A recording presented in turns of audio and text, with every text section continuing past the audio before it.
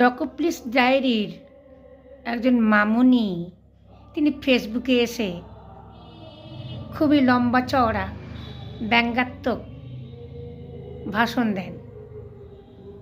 আমাদের হিন্দু শাস্ত্রগুলো যে কত কুসংস্কারচ্ছন্ন, আমরা গোবর খাই, মুত খাই, এসব কথা তুলে ধরেন। তা মামুনি আমাদের হিন্দু ধর্মটাকে এমনভাবে গুলে খেয়েছেন। ভালো, গুলে খাওয়া ভালো, কিন্তু নিজের ধর্মগ্রন্থটাকে একটু গুলে টুলে খান। হ্যাঁ, তারপরে আপনার বমি হয় কি পায়খানা হয় সেটা তো আমরা দেখতে পাবো, তাই না?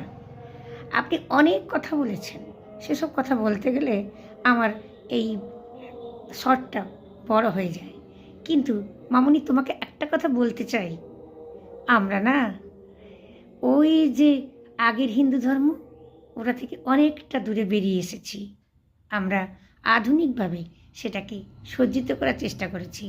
আমরা আমাদের মহাপুরুষরা সেইভাবে চেষ্টা করেছেন।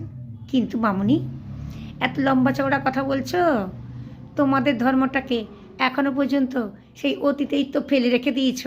সেই জন্য মাথায় একটা লম্বা চওড়া মোটা একটা কাপড় দিয়ে রেখেছ। আর আমাদের মাথায় ঘুমটা থাকলেও আমরা তা অনেক আগেই খুলে ফেলেছি, বুঝেছ?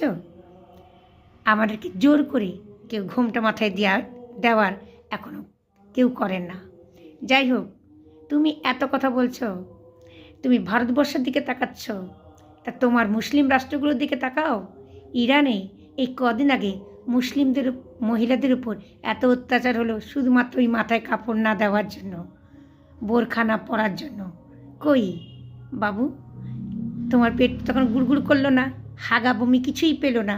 হ্যাঁ, যত হিন্দুদের জন্য তোমার হাগা বমি পেয়ে যায়, তা তুমি ওই ইরানের দিকে তাকাও। খামেইনি এতদিন ধরে কী রাজত্ব চালিয়েছিল, মেয়েদের উপর অত্যাচার করেছিল, সেদিকে তোমার নজরটা পড়ল না। তুমি যথেষ্ট শিক্ষিত এবং অনেক কিছু তুলে ধরেছ, আমরাও পারি তুলে ধরতে, কিন্তু এইটুকু বললাম, তুমি পারলে জবাব দিও।